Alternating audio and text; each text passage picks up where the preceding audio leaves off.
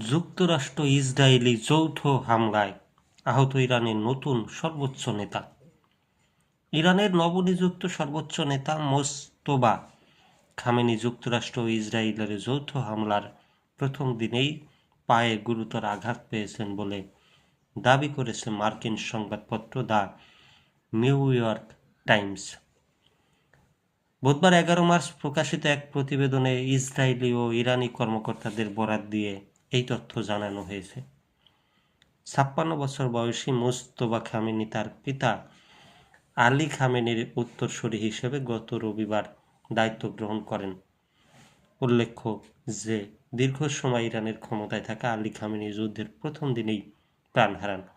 তারপরে মোজতবাকে নতুন নেতা হিসেবে ঘোষণা করা হয়। নিউ ইয়র্ক টাইমসের প্রতিবেদনে উল্লেখ করা হয়েছে যে যুদ্ধের একদম গুরুতর শুরুর দিকে চালানো ওই ভয়াবহ হামলায় মোজতবা খামেনির পা ক্ষতিগ্রস্ত হয়েছিল।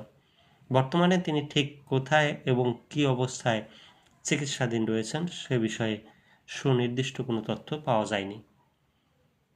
দায়িত্ব গ্রহণের পর এখন পর্যন্ত তিনি কেন জনসমক্ষে বা টেলিভিশনে ভাষণে উপস্থিত হননি, এই শারীরিক আঘাতই তার অন্যতম প্রধান কারণ হতে পারে বলে বিশ্লেষকরা মনে করছেন। তেহরানের রাজপথে তার ছবি সম্বলিত ব্যানার ও পোস্টার দেখা গেলেও নেতার অনুপস্থিতি সাধারণ মানুষের মধ্যে নানা প্রশ্নের জন্ম দিয়েছে।